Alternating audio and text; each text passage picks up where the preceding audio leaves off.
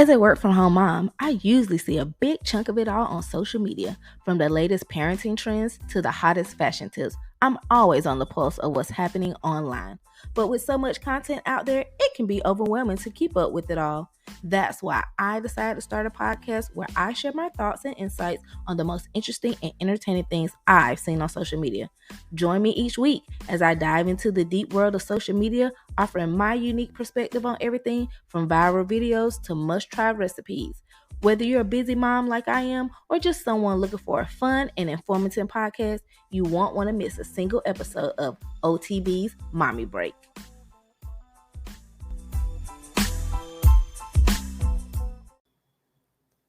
Hello. Welcome to OTB's Mommy Break, where we talk everything mommy related, social media related, working from home related, and everything in between.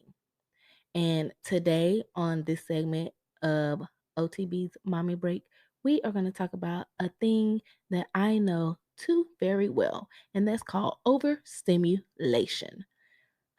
You guys, I experienced this yesterday and it was like at a higher level than usual. So it was kicking my butt. Okay. It was kicking my behind. So, for those of you who don't know what overstimulation is, it's pretty much when there's an excessive amount of sensory input or task or demands on your attention or your energy. So, it's just like everything coming from everywhere at high speed. It's just like an excessive amount of that sensory input. And the signs and symptom of it does vary from person to person, but there are common ones that people feel or the effect have effects on people when they experience it. Some of those can be feeling exhausted or drained. Even if you get enough sleep, you can still feel exhausted or drained. Or you can feel very easily overwhelmed or irritated. It can be difficult to concentrate or make decisions. Oh, a big one is like increasing anxiety, stress, and physical tension. And then, like I said before, that sensory overload. So, like when I say sensory overload, that might be mean being hypersensitive to like nose touch, um, to noise, touch, or light. And then sometimes you can have like racing thoughts, like you can't think straight, or you can just be disconnected, like emotionally numb.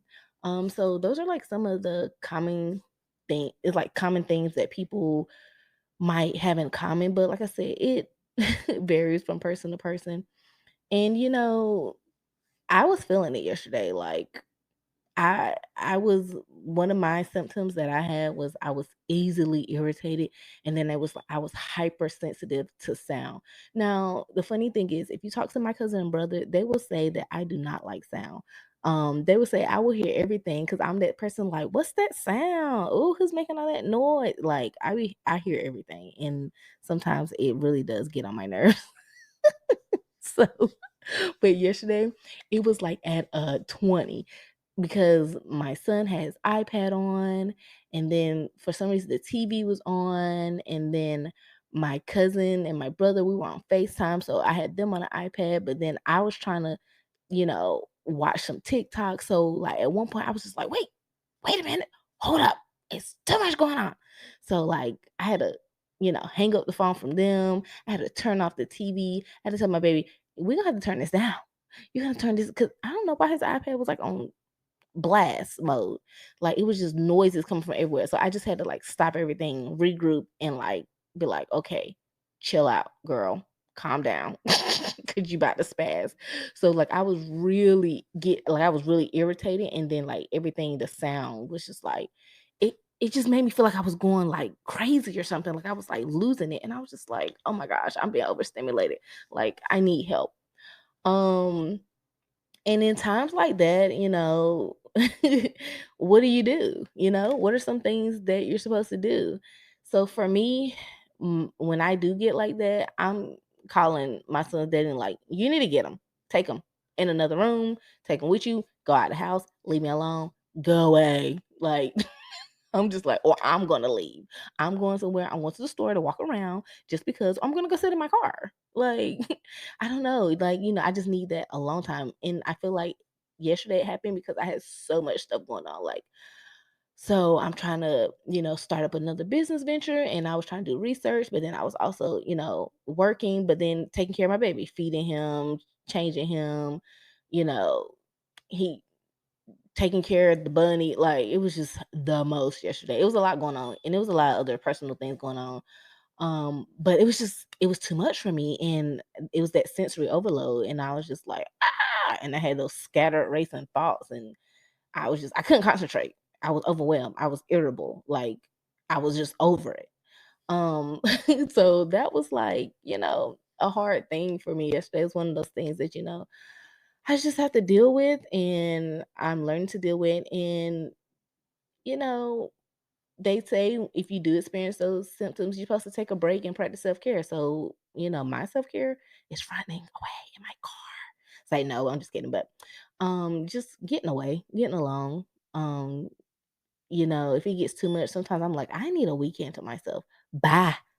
Like, but yeah, no, you need time to decompress. You need to engage in a relaxing activity, and then you need to get that support. And most of the time, my support is from my son's dad, because there's nobody else here for me to really lean on. So, but when he's acting up, the daddy, I mean, when he acting up and then the baby acting up, everybody acting up, oh yeah, no, I'm ready to scream everybody's head off. Like, I'm like, but yeah, but yeah, no, I mean, but if you do find yourselves in these types of situations, it is good to have, like, those unnecessary stressors or a daily routine, or like I said, find that time to decompress, engage in a relaxing activity, support from a friend or even a mental health professional. I do feel like, I'm not against therapy. Right now, I tried it for a little bit. It wasn't for me, so I didn't feel like I was getting out of it what I needed. I feel like what they were doing, I could have did that myself, or I have done it myself. It was like, you telling me the same thing I tell myself at home. Like, and that might be because I like did a studying of a little psychology when I was in school, but um, I just, yeah. So, hopefully it doesn't get to the point where I feel like I need to go back to therapy, but that is an open option for me, in case it does get too bad. So you guys, therapy isn't bad. It's good for therapy is not one size fit all. And it's not for everyone, I will say that. But if you feel like you do need someone to talk to and it's just getting too much, then please go get a therapist. But like I said, right now I don't feel like I need it because I'm not at that level. But I feel like if I do get to that point, yeah, I'm definitely gonna call somebody, be like, help me, help me. But yeah, no. So yeah, what are some of the ways you guys deal with overstimulation? Or have you guys been overstimulated before? Let me know. I might need some of your tips because woo, yesterday, like I said, crazy. So, anyways, let's go on to the social media segment of today. So, I love social media. I like being on TikTok. I had a viral video go on TikTok, so I was really excited. So, I'm kind of chasing that high now, but in due time, I'm building my platform, so it's kind of cool. But I was on social media, and I don't know if I saw it on Twitter or Facebook, one of them, but everybody was talking about Ciara's dress at the Oscars. Now, I personally didn't watch the Oscars. I don't even watch the Oscars. I didn't watch the red carpet. Like, I don't really delve, which is so funny because I'm a big movie person. Like, I love movies and all kinds of movies, but I never watched award shows. But I digress. Anyways, yeah, so everybody was talking about Ciara's dress, and to me, honestly, I thought it was the craziest thing ever. Like, who cares? So pretty much Ciara had on like this, I think it was a Dundas dress, and it was a see-through dress, and she had on pasties and black G-string. If you don't know what a G-string is, it's a string that goes between your crack cheeks. Um, but she had that on. She had on these black heels and these long black gloves. And pretty much she was naked. Other than that, she was naked underneath and left no room to the imagination, as people were saying. But at this, my stance on it is I don't make Sierra's money. I don't live Sierra's lifestyle. And honestly, if I did, I'd probably do the same exact thing. If I had her body that was banging and had the money and the platform, I would do what I want to do. People were saying like, oh, her kids, this is her lifestyle. This has been her lifestyle for years. And now all of a sudden everybody's like, oh my gosh, what is she wearing? Why she's wearing that? You're married. Exactly. And her husband was standing right beside her proud. Half of you guys who talking about her aren't married. So I mean, don't have anyone to back you up like that. So why are you hating? Like it's always the haters. I don't understand. My only thing about it when I first saw it before it aired, it got real big in the streets. Because Ciara clapped back at them. But I looked at it and I was like, oh, is that her dress for the Oscars? Oh, okay. I mean, I guess. Like, I didn't find it like it was like, oh my gosh, she looks amazing. Like she I mean, she liked it, so her stylist liked it, then hey, that's for her. It wasn't I personally just didn't like the style. I didn't the style of it. I didn't think it fit her very well. I like me and my brother was talking about. I was like, oh, I feel like it should have been like a little bit more form fitted because for when I first glanced at it, it made her look frumpy, and I was like, oh, why got that dress make her look frumpy? But I in my mind didn't go to, oh my gosh, she's naked, like because come on, we've seen worse. We've seen worse.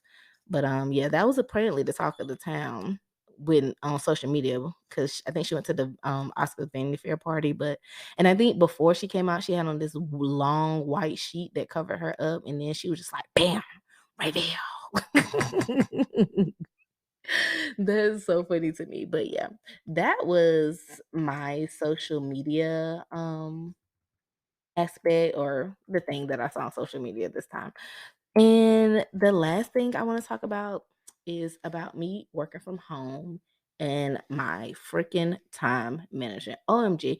You know, I I have so many things going on throughout the day on a daily basis at night, in the morning, during work, outside of work. And I'm really trying to implement better time management skills. And you guys, it ain't working right now. But I feel like that did help attribute to my overstimulations that I wasn't maximizing that time management.